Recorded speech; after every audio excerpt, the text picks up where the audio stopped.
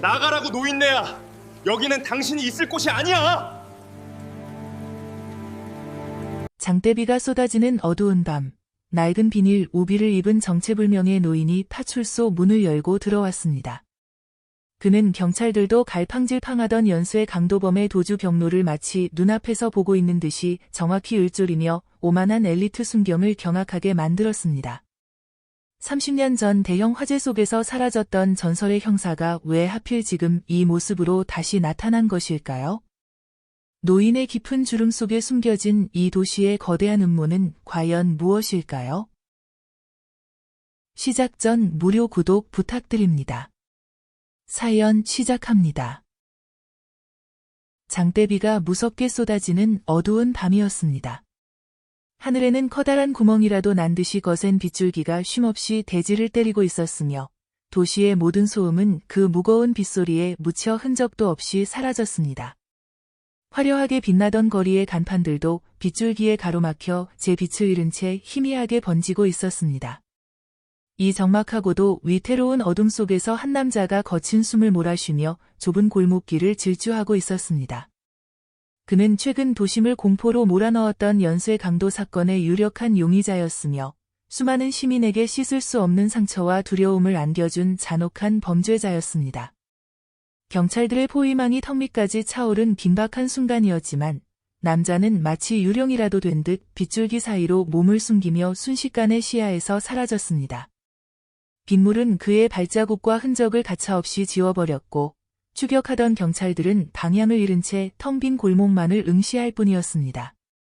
같은 시각 사건 현장에서 그리 멀지 않은 곳에 자리한 작은 파출소의 문이 천천히 열렸습니다. 낡은 경첩이 비명을 지르듯 끼익 소리를 내며 열린 문 사이로 찬 바람과 함께 한 노인이 안으로 들어왔습니다. 노인은 구멍이 군데군데 뚫린 낡은 비닐 우비를 걸치고 있었으며 그의 발에 신겨진 장화에는 시커먼 진흙이 잔뜩 묻어 있었습니다. 노인의 굽은 등은 그가 살아온 세월의 무게를 고스란히 증명하는 듯했고 깊게 패인 얼굴의 주름은 모진 풍파를 견뎌온 고목의 껍질처럼 단단해 보였습니다. 파출소 안에서 산더미처럼 쌓인 서류 뭉치와 씨름하던 젊은 박순경은 고개를 들어 노인을 바라보았습니다. 그는 명문대학교를 졸업하고 초고속 승진을 꿈꾸는 야망 가득한 청년이었지만 현장에서 쌓은 경험보다는 책상 위에서 배운 지식을 더 신봉하는 오만한 성격의 소유자였습니다.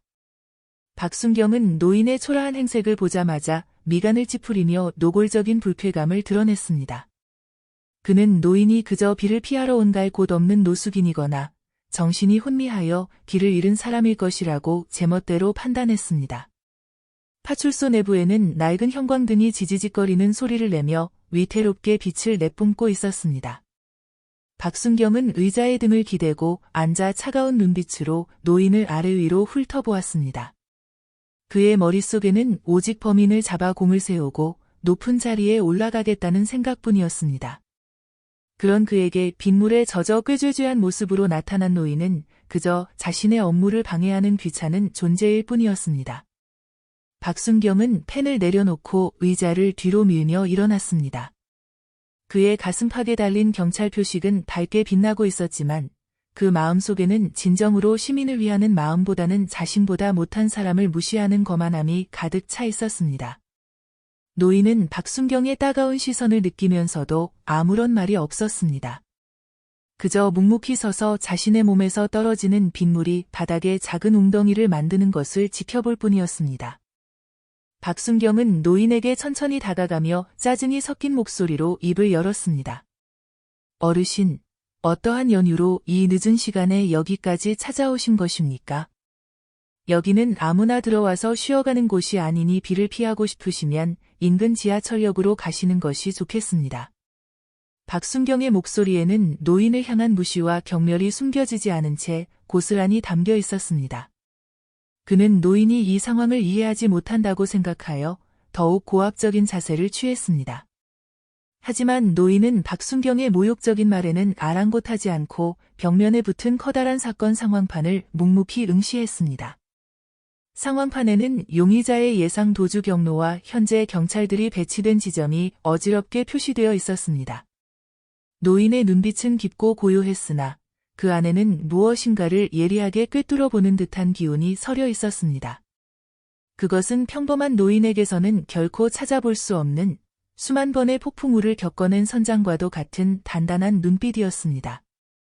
노인은 갈라진 목소리로 천천히 입을 열어 박순경에게 말했습니다. 저놈은 골목으로 가지 않았네.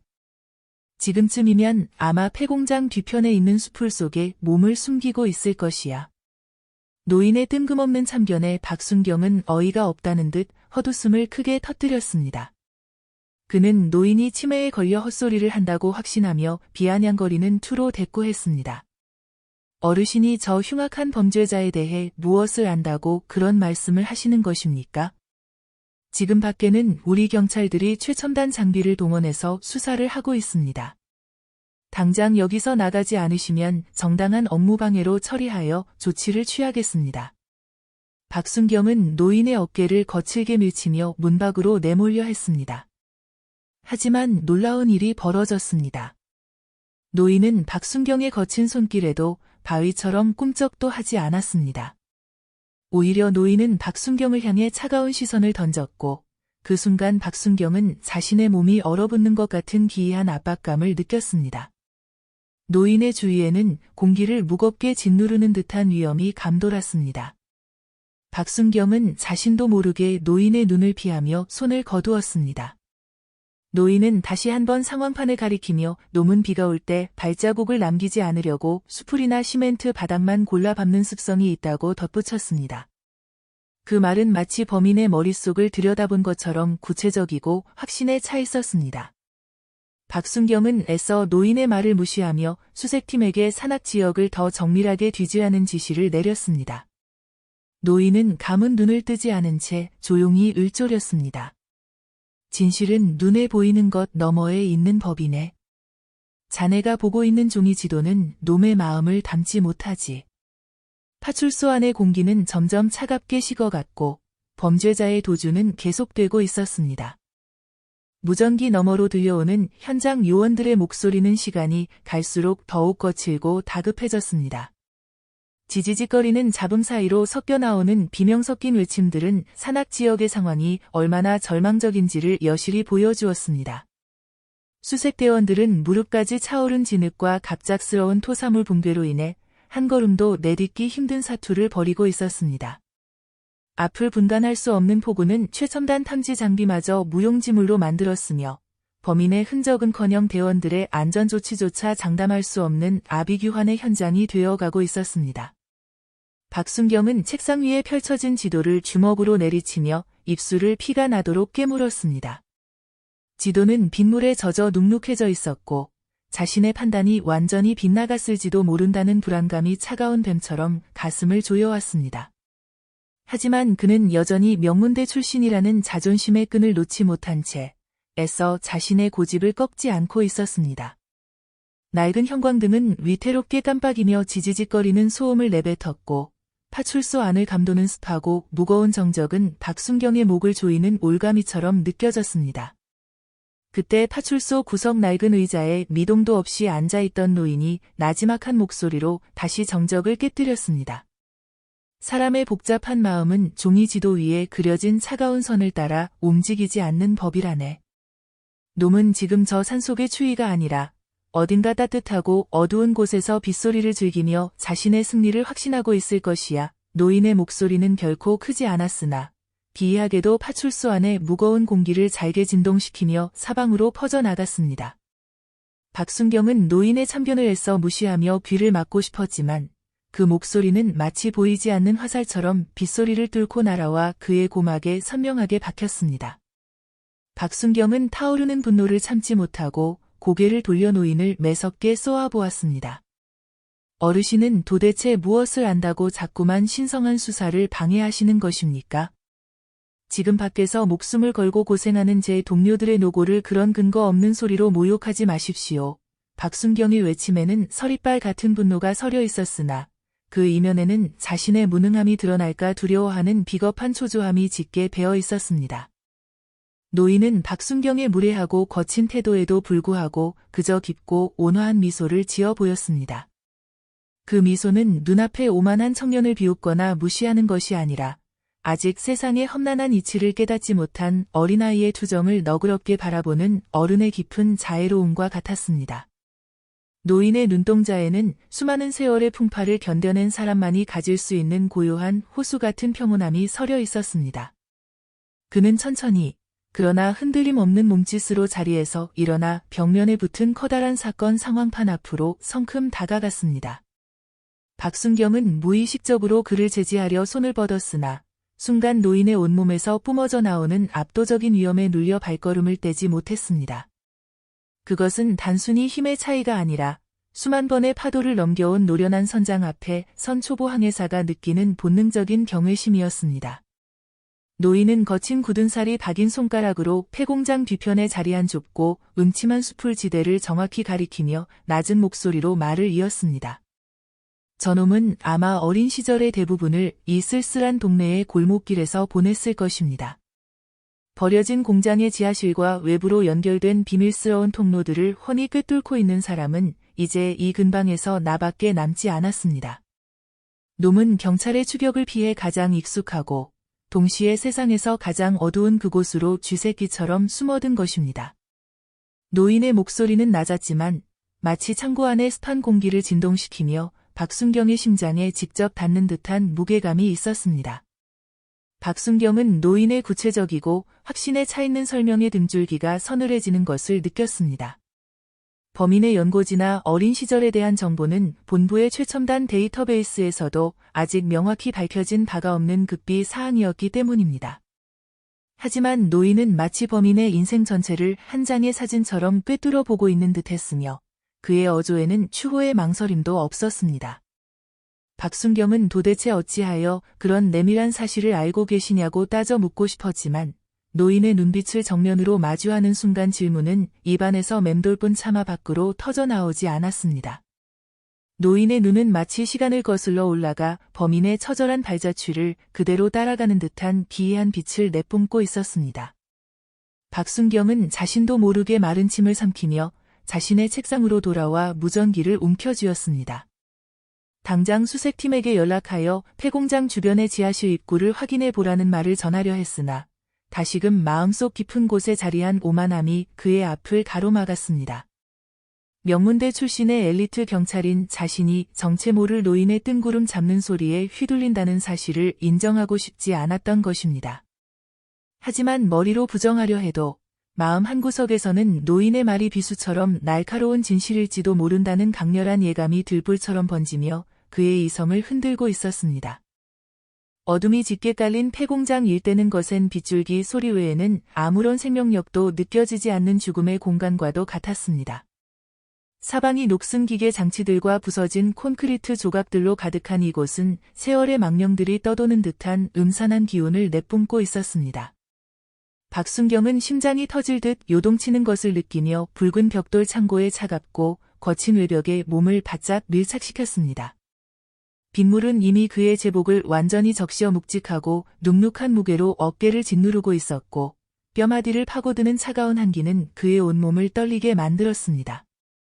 하지만 박순경은 추위보다 더한 긴장감 때문에 숨조차 제대로 쉬지 못했습니다. 그런 그의 곁에는 언제 따라왔는지 모를 노인이 마치 그림자처럼 소리 없이 서 있었습니다. 노인은 빗물이 쏟아지는 진흙탕 위를 걷고 있었음에도 발소리 하나 남기지 않았고 그의 존재는 마치 공기 속에 녹아든 것처럼 자연스러웠습니다.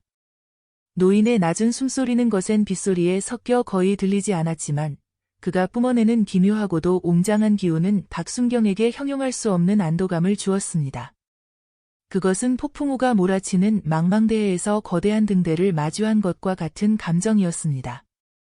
박순경은 자신이 평소 생명처럼 신봉하던 권총의 묵직한 무게보다 말없이 곁을 지키는 노인의 존재가 훨씬 더 든든하고 신뢰할 수 있게 느껴지는 기이한 경험을 하고 있었습니다. 창고의 커다란 문은 오랜 세월의 풍파를 견디지 못해 여기저기 뒤틀리고 갈라져 있었으며 그 틈새로는 낡은 기름 냄새와 매캐하고 눅눅한 먼지 향이 섞여 기분 나쁜 향기를 배어내고 있었습니다. 박순경은 떨리는 손으로 차가운 금속 문고리를 움켜쥐었습니다. 그는 심호흡을 한 뒤 온 힘을 다해 천천히 문을 밀어 열었습니다. 녹슨 경첩이 비명을 지르듯 낮은 끼익 소리를 내지르며 저항했지만 다행히 건물 밖을 때리는 요란한 빗소리에 묻혀 창고 안으로 크게 울려 퍼지지는 않았습니다. 창고 내부는 외부보다 더 짙고 끈적한 어둠이 지배하고 있었으며 높은 천장의 구멍난 틈으로 떨어지는 빗방울들이 바닥에 굴러다니는 양철통에 부딪히며 불규칙하고도 신경질적인 박자를 만들어내고 있었습니다. 박순경은 손전등을 켜는 대신 어둠에 눈이 익기를 기다렸습니다. 잠시 후 어둠 속에서 푸르스름하고 희미한 불빛이 번쩍이는 것이 보였습니다. 그것은 범인이 구석진 자리에 켜놓은 작은 손전등의 빛이었습니다. 범인은 노인의 예언대로 왼쪽 다리를 심하게 절며 괴로운 듯 신음을 내뱉고 있었습니다. 그의 주변에는 닥치는 대로 훔친 것으로 보이는 가방들과 날카로운 흉기들이 피비린내를 풍기며 어지럽게 널려 있었습니다. 박순경은 범인의 뒤편에서 권총을 겨누며 낮고 단호한 목소리로 외쳤습니다. 움직이지 마라. 경찰이다. 손을 머리 위로 올리고 천천히 돌아서라. 그의 목소리는 차가운 공기를 가르며 창고 안을 울렸지만 정작 방아쇠를 당길지도 모르는 박순경의 손끝은 미세하게 떨리고 있었습니다. 범인은 소스라치게 놀라며 몸을 일으키려 했으나 이미 지칠 대로 지친 몸과 왼쪽 다리의 극심한 통증 때문에 비명을 지르며 다시 주저앉고 말았습니다. 하지만 범인은 결코 순순히 포기할 기색이 아니었습니다. 그는 짐승처럼 날카로운 이빨을 드러내며 박순경을 향해 증오 섞인 눈빛을 쏘아보았습니다. 그의 눈동자는 광기에 젖어 번들거리고 있었으며 범인의 손에는 어느새 옷소매 속에 숨겨두었던 날카로운 칼날이 번뜩이며 쥐어져 있었습니다. 금방이라도 달려들 것 같은 일촉즉발의 긴장감이 창고 안을 가득 채웠습니다. 그때 박순경의 뒤에 조용히 서 있던 노인이 천천히 앞으로 걸어 나왔습니다. 노인은 박순경의 팔을 가볍게 누르며 범인과의 사이를 완전히 가로막아 섰습니다. 노인의 등은 세월의 무게에 굽어 있었으나 그 순간만큼은 구름을 뚫고 솟아오른 거대한 산처럼 웅장하고 범접할 수 없는 기운을 뿜어냈습니다. 범인은 갑자기 나타난 노인의 얼굴을 확인하자마자 손에 든 칼날을 떨어뜨릴 듯이 눈동자를 크게 떨었습니다.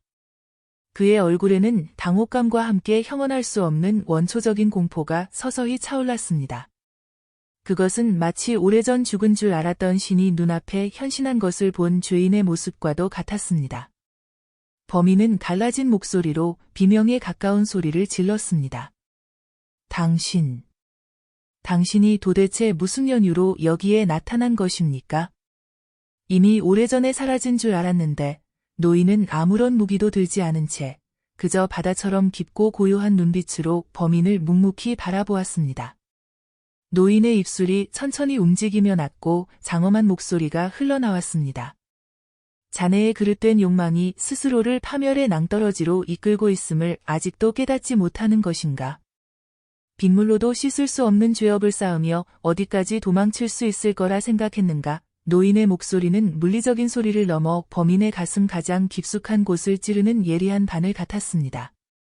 노인은 천천히 범인에게 다가가 그의 어깨에 투박한 손을 얹었습니다. 그리고 조용히 두 눈을 감았습니다.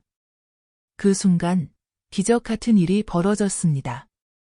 창고 안을 가득 메웠던 살기와 광기가 썰물처럼 빠져나갔고 거칠게 날뛰던 범인의 숨소리가 눈이 녹듯 잦아들기 시작했습니다. 범인은 마치 모든 기력을 소진한 사람처럼 힘없이 고개를 떨구었고 바닥에 엎드려 꺽꺽거리는 서러운 통곡을 터뜨렸습니다. 박순경은 이 믿기지 않는 광경을 지켜보며 얼어붙은 듯 서 있었습니다. 자신이 배운 그 어떤 수사 기법이나 무력보다도 강력한 무언가가 범인을 완전히 무너뜨린 것입니다. 박순경은 떨리는 손으로 수갑을 꺼내 범인의 손목을 채웠습니다. 철컥이는 금소금이 창고 안의 정막을 깼고 드디어 도심을 공포로 몰아넣었던 연쇄 강도가 검거되는 역사적인 순간이 찾아왔습니다. 하지만 박순경은 승리의 기쁨보다 노인에 대한 깊은 경외심과 자신에 대한 부끄러움으로 고개를 들 수 없었습니다. 그는 노인을 향해 허리를 깊숙이 숙여 인사를 건넸습니다. 어르신, 제가 어리석었습니다. 오늘의 이 신비로운 경험과 어르신의 가르침을 평생의 교훈으로 삼겠습니다. 사람의 마음을 보지 못하는 눈먼 경찰이 되지 않겠노라고 맹세하겠습니다. 박순경의 목소리에는 이제 오만함 대신 진정한 정의를 향한 단단한 결의가 서려 있었습니다. 폭풍우가 지나간 다음 날의 하늘은 언제 그랬냐는 듯이 맑고 눈부시게 푸른 빛을 내뿜고 있었습니다. 어젯밤의 광기 어린 빗줄기가 도시의 모든 먼지와 죄악을 씻어내기라도 한 듯 공기는 투명했고 햇살은 잔인할 만큼 평화롭게 내리쬐었습니다. 연쇄 강도 사건을 해결했다는 소식은 아침 신문 일면을 장식했고 박순경은 단숨에 경찰서의 영웅으로 떠올랐습니다. 서장으로부터 직접 받은 표창장과 동료들의 요란한 박수 소리가 파출소 안을 가득 메웠으나 정작 주인공인 박순경의 마음은 천근만근 무겁고 공허하기만 했습니다. 화려하게 장식된 꽃다발의 향기와 거칠에 섞인 찬사들 사이에서 그는 오직 어젯밤 자신을 진실로 이끌어주었던 그 신비로운 노인의 굽은 뒷모습만을 떠올리고 있었습니다. 박순경은 동료들의 축하 파티가 이어지는 동안에도 죄책감이라는 날카로운 가시에 찔리는 기분이었습니다. 모든 공을 자신이 독차지하고 있다는 사실이 마치 남의 옷을 훔쳐 입은 것처럼 거북했고 노인이 남긴 지도는 마음을 담지 못한다는 가르침은 그의 귓가에 끊임없이 쟁쟁하게 울려 퍼졌습니다. 그는 명문대 출신이라는 자부심이 얼마나 보잘것없는 껍데기였는지 절감했습니다. 박순경은 자신에게 쏟아지는 뜨거운 관심을 뒤로한 채 누구의 방해도 받지 않는 파출소 깊숙한 곳의 낡은 자료실로 향했습니다. 그는 노인의 정체를 밝혀내야 한다는 거부할 수 없는 의무감과 호기심에 완전히 사로잡혀 있었습니다. 자료실은 마치 시간이 박제된 공간처럼 정적만이 감돌았습니다. 박순경은 쾌쾌한 먼지 냄새를 맡으며 수십 년 전의 기록들이 담긴 누런 종이 뭉치들을 한 권씩 넘기기 시작했습니다. 종이는 손을 댈 때마다 바스라질 듯 위태로웠지만 그는 눈동자를 번득이며 노인의 흔적을 쫓았습니다.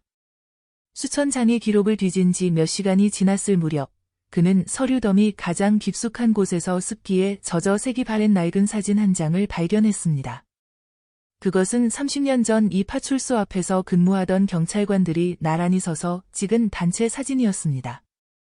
박순경은 사진 속 인물들을 하나하나 훑어 내려가다 맨 끝에 서 있는 한 청년의 모습에서 숨이 멎는 듯한 충격을 받았습니다.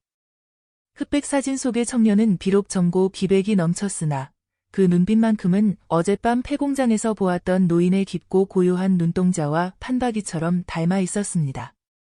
사진 뒷면에는 정갈하지만 힘있는 필체로 최강철이라는 이름이 적혀 있었습니다.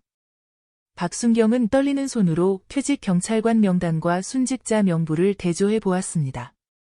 결과는 참담하고도 놀라웠습니다.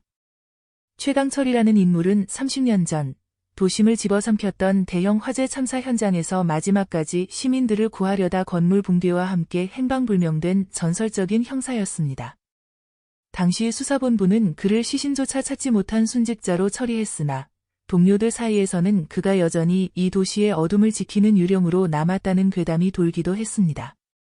전신에 소름이 돋는 전율을 느끼며 박순경은 어젯밤 파출소 바닥에 노인이 남겼던 진흙 묻은 장화 자국을 떠올렸습니다. 그는 서둘러 파출소 바닥구석에 아주 미세하게 남아있던 시커먼 흙 알갱이들을 채취했습니다. 이것은 노인이 실제로 존재했다는 유일한 증거이자 죽은 자가산자의 세계로 건너온 흔적이었습니다. 박순경은 이 흙을 손바닥에 올려두고 생각했습니다. 만약 그가 정말로 최강철 형사라면 왜 30년 만에 자신 앞에 나타나 범인을 지목해준 것일까?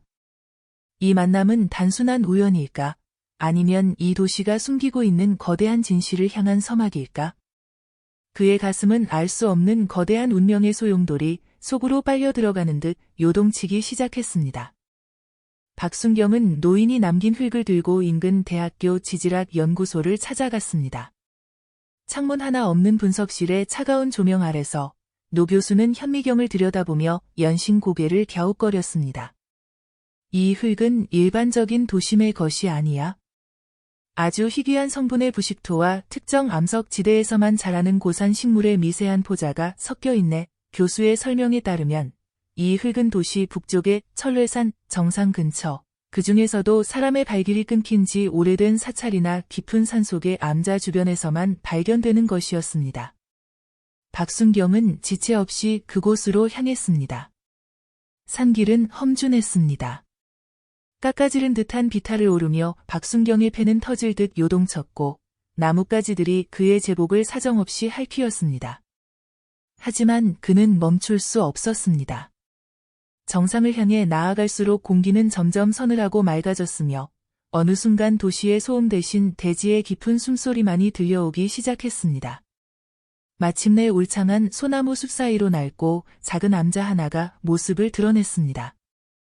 단청은 이미 다 벗겨져 나무의 속살이 그대로 드러나 있었지만 그 모습은 마치 세월의 풍파를 묵묵히 견뎌온 한 노병의 모습처럼 장엄했습니다.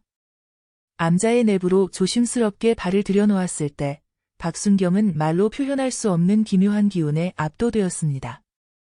방 안은 먼지 하나 없이 소박하고 정갈했습니다.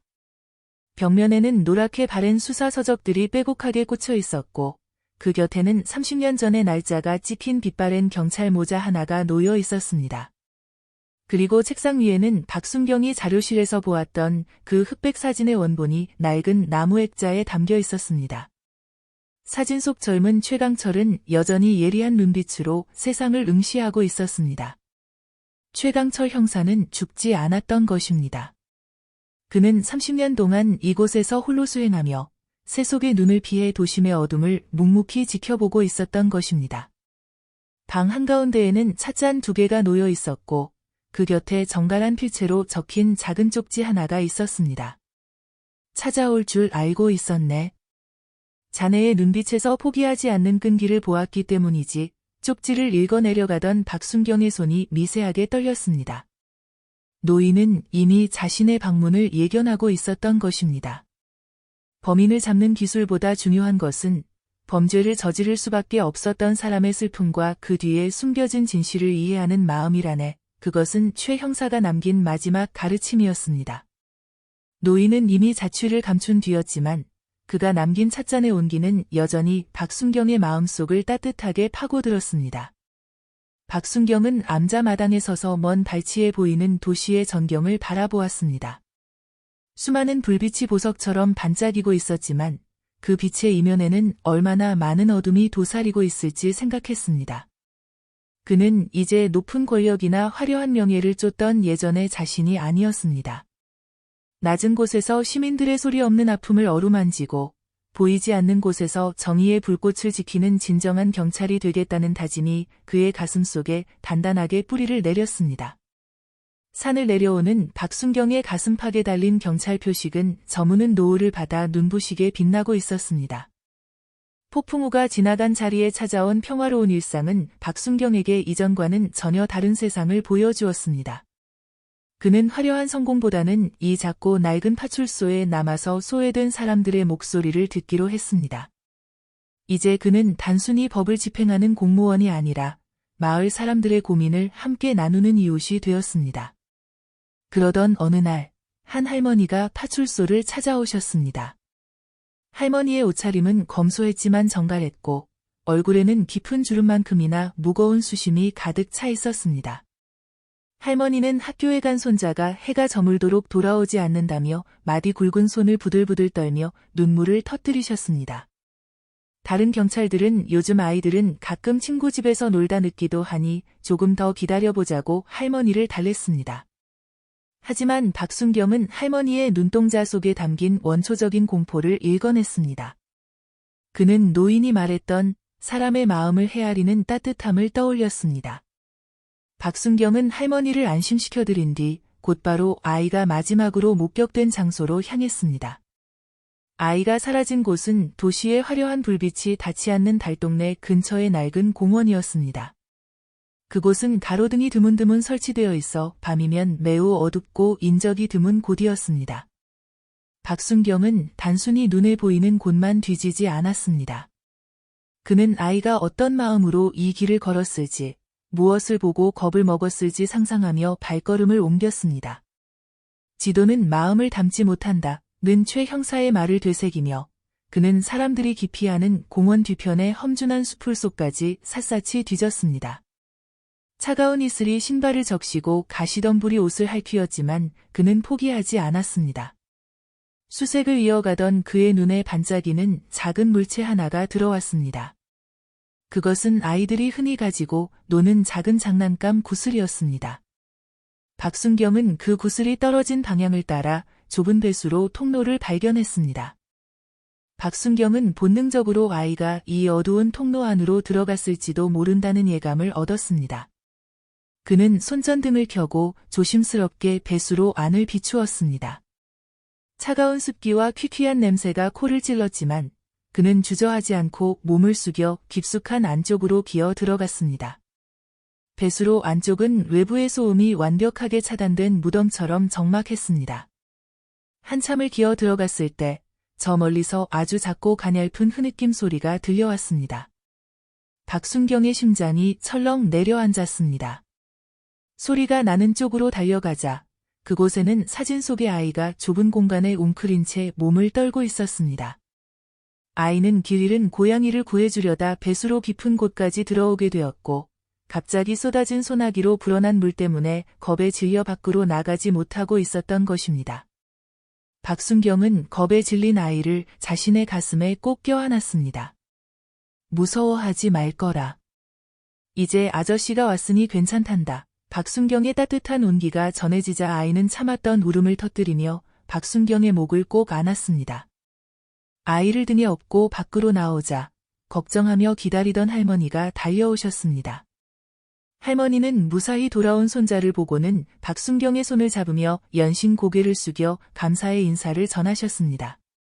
할머니의 주름진 손에서 전해지는 진심 어린 감사의 마음은 박순경이 명문대를 졸업했을 때 느꼈던 성취감과는 비교할 수 없을 만큼 묵직하고 따뜻한 보람을 선사했습니다.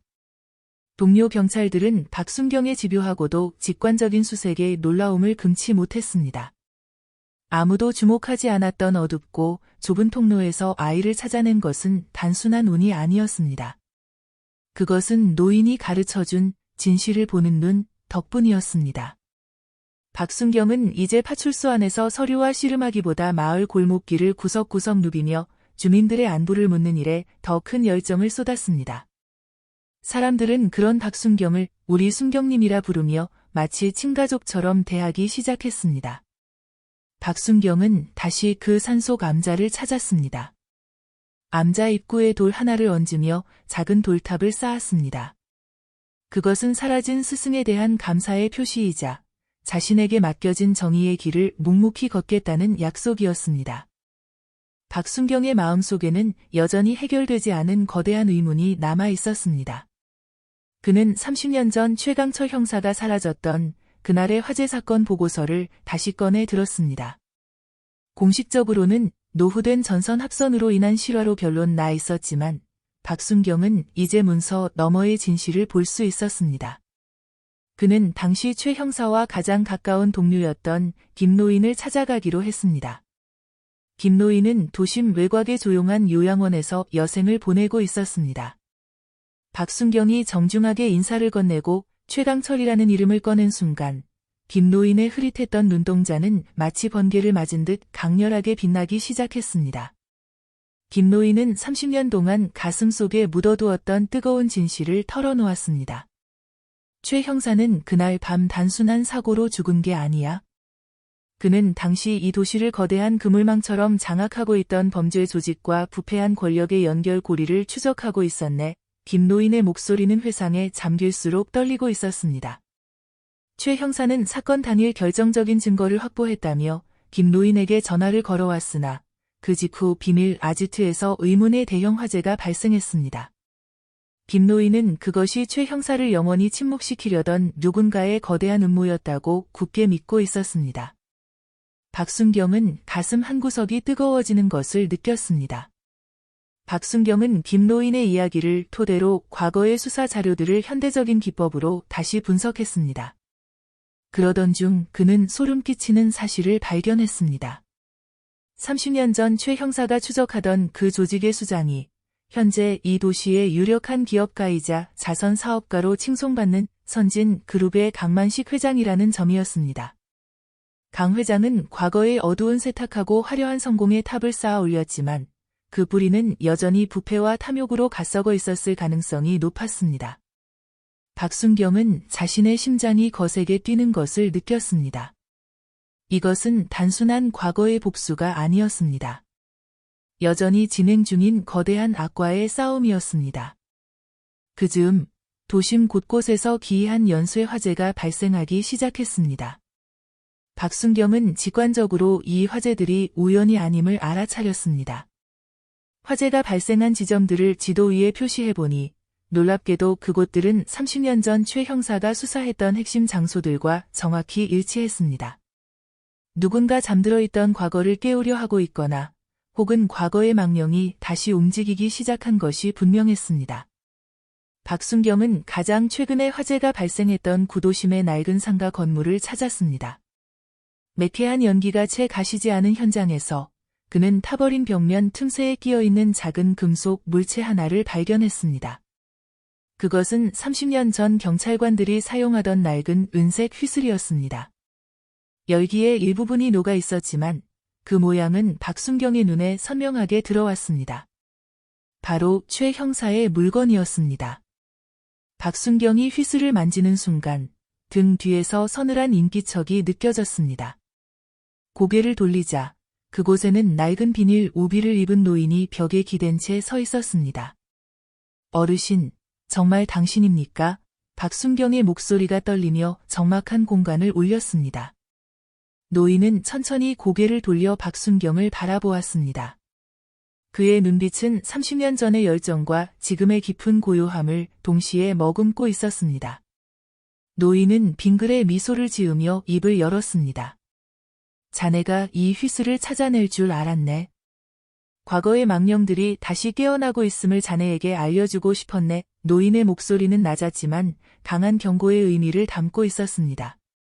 그는 강만식 회장이 30년 전 완성하지 못했던 사악한 계획을 다시 실행하려 한다고 암시했습니다. 노인은 품 안에서 낡은 수첩 하나를 꺼내 박순경에게 건네주었습니다. 그 안에는 최 형사가 목숨을 걸고 수집했던 비자금 내역과 부패한 정관계 인사들의 명단이 꼼꼼하게 적혀 있었습니다. 나는 이제 유령일 뿐이지만 자네는 살아있는 정의의 칼날이 될 수 있네. 노인은 그렇게 말하며 다시 안개처럼 어둠 속으로 사라졌습니다. 박순경의 품속에는 최강철 형사가 건네준 수첩이 마치 폭탄처럼 묵직하게 자리 잡고 있었습니다. 그는 파출소의 어두운 조명 아래서 수첩의 첫 장을 넘겼습니다. 그 안에는 단순한 숫자와 이름들이 아니었습니다. 30년 전 이 도시의 정의를 말살하려 했던 자들의 추악한 얼굴들이 적나라하게 드러나 있었습니다. 강만식 회장뿐만 아니라 현재 경찰 내부에서 높은 자리에 올라앉아 있는 고위 간부들의 이름도 여러 명 포함되어 있었습니다. 박순경은 손끝이 떨려오는 것을 느끼며 수첩을 꽉 움켜쥐었습니다. 이것은 단순한 비리 폭로를 넘어 이 도시의 기반을 뒤흔들 수 있는 거대한 위험을 떠안는 일이었습니다. 박순경이 자료 분석에 몰두하고 있을 때 평소 인자했던 오 소장이 다가와 그의 어깨를 툭 쳤습니다. 박순경, 요즘 무슨 조사를 그렇게 열심히 하는가? 승진 공부도 좋지만 건강도 챙겨야지. 오 소장의 목소리는 여전히 부드러웠지만 박순경은 그의 눈동자에서 찰나의 불안함을 보았습니다. 오 소장 역시 수첩 속명단에 적혀있던 이름 중 하나였습니다. 박순경은 재빨리 수첩을 숨기며 평정을 유지했습니다. 아닙니다, 소장님. 지난번 사건 자료를 정리하고 있었습니다. 이제 누구도 쉽게 믿어서는 안 된다는 사실이 박순경의 뼛속까지 시리게 파고들었습니다. 그날 오후 박순경은 수첩에 기록된 주소를 따라 구도심의 낡은 아파트를 찾았습니다. 그곳에는 과거 강만식 회장의 비서였으나 의문의 사고를 당해 신분을 숨기고 살아가는 목격자가 있다는 기록이 있었습니다. 인적이 끊긴 낡은 복도를 지나 문을 두드렸을 때 나타난 여인은 박순경의 제복을 보자마자 겁에 질려 문을 닫으려 했습니다. 하지만 박순경이 최 형사의 휘슬을 보여주자 여인은 이내 무너져 내리며 30년 전의 진실을 털어놓았습니다. 그녀는 강 회장이 최 형사의 은신처에 불을 지르라고 지시하는 장면을 목격한 유일한 생존자였으며 박순경에게 강 회장의 육성이 담긴 낡은 녹음 테이프를 건네주었습니다. 결정적인 증거를 확보하고 아파트를 나서려던 순간 박순경은 복도 끝에서 들려오는 구두 소리를 들었습니다. 검은 정장을 입은 건장한 사내들이 조직적으로 건물을 에워싸고 있었습니다. 강만식 회장 측에서 박순경의 움직임을 이미 파악하고 살수들을 보낸 것이 분명했습니다. 박순경은 심장이 터질 듯 뛰었지만 최 형사의 가르침대로 차분하게 숨을 고르며 주변을 살폈습니다. 지도는 길을 보여주지 않지만 현장은 탈출구를 알고 있다는 믿음으로 그는 옥상으로 향하는 낡은 비상구를 향해 몸을 날렸습니다. 괴한들의 추격이 옥상까지 이어졌습니다. 막다른 골목에 몰린 박순경의 귓가에 낯익은 휘파람 소리가 들려왔습니다. 옥상 난간 끝에서 낡은 우비를 입은 노인이 손짓으로 어두운 환풍구 옆에 비밀 사다리를 가리켰습니다. 그 사다리는 설계도에도 나와 있지 않은 최 형사만이 알고 있던 유일한 탈출 경로였습니다. 박순경은 노인의 인도에 따라 사다리를 타고 건물 외벽을 타고 내려가 무사히 골목길로 빠져나올 수 있었습니다. 뒤를 돌아보자 옥상에서 자신을 지켜보던 노인의 모습은 달빛 속으로 서서히 녹아들고 있었습니다. 박순경은 곧장 김노인의 요양원으로 향했습니다. 저기 가장 예상하지 못하는 장소가 가장 안전하다는 판단이었습니다. 그는 김노인과 함께 녹음 테이프의 내용을 복사하고 장부의 모든 페이지를 디지털화하여 언론사에 보낼 준비를 마쳤습니다. 내부의 부패한 세력이 움직이기 전에 진실의 불길을 세상 전체에 퍼뜨려야 했습니다.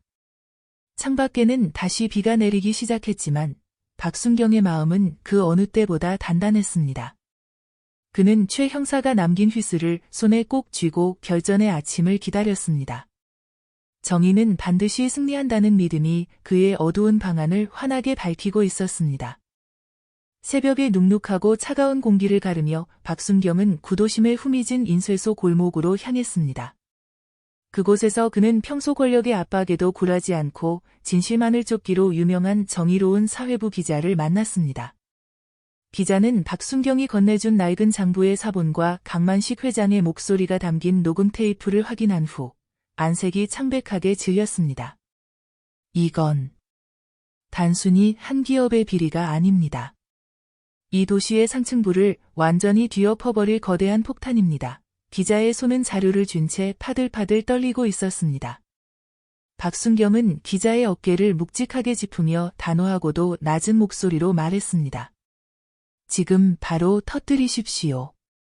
더 늦기 전에 세상이 이 추악한 진실을 마주하게 해야 합니다. 기자가 결연한 눈빛으로 고개를 끄덕이는 것을 확인한 박순경은 뒤돌아보지 않고 곧장 사건의 종결지이자 최 형사가 30년 전 연기처럼 사라졌던 장소인 폐공장으로 향했습니다. 악의 뿌리가 처음 심어졌던 그곳에서 모든 것을 자신의 손으로 마무리 지어야 했기 때문입니다. 오전 10시 정각, 마침내 도시는 거대한 충격에 휩싸였습니다. 전국 각지의 텔레비전 화면과 스마트폰 액자에는 선진 그룹의 비자금 장부 실체와 강만식 회장의 살인 교사 혐의가 뉴스 속보로 낱낱이 보도되기 시작했습니다. 버스 정류장의 대형 스크린 앞에는 시민들이 걸음을 멈추고 웅성거렸으며 특히 강 회장이 최 형사를 제거하라고 차갑게 지시하는 육성이 담긴 녹음 테이프가 흘러나오자 거리에는 분노의 함성이 터져나왔습니다. 평소 자선 사업가로 칭송받던 강 회장의 가면이 처참하게 벗겨지는 순간이었습니다. 그를 은밀히 비호하던 부패한 경찰 고위 간부들과 유력 정치인들의 실명이 줄줄이 공개되자 배신감을 느낀 시민들은 자발적으로 거리로 쏟아져 나와 경찰청과 선진 그룹 본사 앞에서 철저한 진상규명과 처벌을 외치는 인산인해를 이루었습니다. 경찰 내부 또한 대혼란에 빠졌습니다. 수첩에 이름이 적혔던 간부들은 급히 도주로를 찾거나 서로에게 책임을 전가하며 자멸의 길로 들어서고 있었습니다. 한편 강 회장은 모든 보도가 조작된 것이라며 공식적으로 부인하는 성명을 발표하는 동시에 막대한 재력을 이용해 해외 도주를 위한 마지막 계획을 실행에 옮겼습니다. 하지만 박순경은 최 형사의 수첩 마지막 장에 암호처럼 적혀있던 비밀 좌표를 이미 해독한 상태였습니다.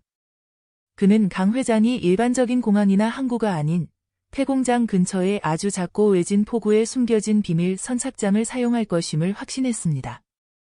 박순경은 홀로 거친 파도가 치는 해안가를 가로질러 마침내 안개 속에 가려져 있던 강 회장의 마지막 도주로를 찾아냈습니다. 포구에는 거센 바닷바람이 불어왔고 검은색 차량 여러 대가 줄지어 서 있었습니다. 강 회장은 이미 배에 오를 준비를 마친 상태였습니다. 박순경은 권총을 꺼내 들고 단호하게 외쳤습니다. 강만식, 움직이지 마라. 당신을 살인교사 및 횡령 혐의로 체포한다. 박순경의 외침이 포구를 울렸지만 강 회장의 부하들은 박순경을 비웃으며 무기를 겨누었습니다. 고작 순경 하나가 내 앞길을 막겠다고? 자네 목숨이 아깝지 않은 모양이군. 강 회장의 명령에 부하들이 박순경을 에워싸려던 그 순간 옥상 위에서 날카로운 휘슬 소리가 들려왔습니다. 낡은 우비를 입은 노인이 모습을 드러냈습니다. 노인은 거센 바람에도 흔들림 없이 서 있었고 그가 뿜어내는 장엄한 기운은 순식간에 포구의 모든 공기를 얼어붙게 만들었습니다. 강 회장은 노인의 얼굴을 보고 경악했습니다. 최강철. 죽었을 텐데. 노인은 아무 말 없이 범인들을 향해 손을 뻗었습니다. 그러자 놀라운 일이 벌어졌습니다. 강 회장의 부하들은 노인의 위험에 압도되어 무기를 떨어뜨리고 바닥에 엎드려 사시나무 떨듯 떨기 시작했습니다. 박순경은 이 기회를 놓치지 않고 달려들어 강 회장의 손목에 차가운 수갑을 채웠습니다. 30년간의 기나긴 악행과 정의의 실종이 마침내 마침표를 찍는 순간이었습니다. 강 회장은 울부짖었으나 그의 목소리는 거센 파도 소리에 묻혀 사라졌습니다. 박순경은 옥상에 서 있는 노인을 바라보았습니다. 노인은 빙그레 미소를 지으며 박순경에게 고개를 끄덕여 보인 뒤 자욱한 안개 속으로 서서히 몸을 감추었습니다. 그것은 전설적인 스승이 자신의 길을 이을 제자에게 보내는 마지막 인사였습니다. 멀리서 들려오는 사이렌 소리는 이제 더 이상 공포가 아닌 정의가 돌아오고 있음을 알리는 희망의 종소리처럼 들렸습니다. 세월이 흘러 박순경은 유능하고 따뜻한 형사가 되었습니다. 사람들은 그를 전설의 형사라 부르며 존경했지만 그는 그저 나는 내 곁을 지켰던 한 노인의 가르침을 따를 뿐입니다. 라며 웃어 보였습니다. 비가 오는 밤이면 그는 창밖을 보며 낡은 우비를 입은 그 노인을 떠올리곤 했습니다. 썩은 뿌리는 뽑혔고 이 도시는 이제 정의라는 새로운 빛으로 가득 찼습니다. 진실은 결코 잠들지 않으며 정의는 반드시 승리한다는 믿음은 박순경의 뜨거운 심장과 함께 영원히 이 도시를 지킬 것입니다. 도시는 그 어느 때보다 평화롭고 밝은 빛으로 가득 차 있었습니다.